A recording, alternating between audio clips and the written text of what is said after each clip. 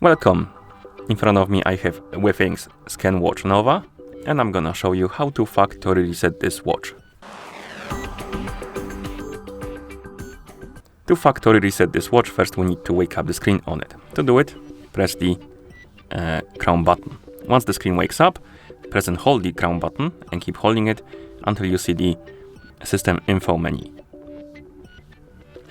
This one. Once you see this menu, you can press the crown button repeatedly to scroll through the menu, like this. And after a couple of presses, you should see the factory reset option. Once you see the factory reset, press and hold the crown button. And then we need to press it 5 times to confirm and reset the watch. So 1, 2, 3, 4, 5. And now we need to wait until the resetting process is complete.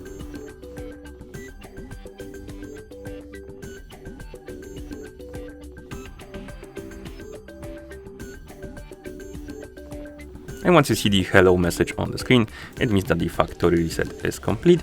And that's how you factory reset this watch. Thank you for watching. If you found this video helpful, please consider subscribing to our channel and leaving the like on the video.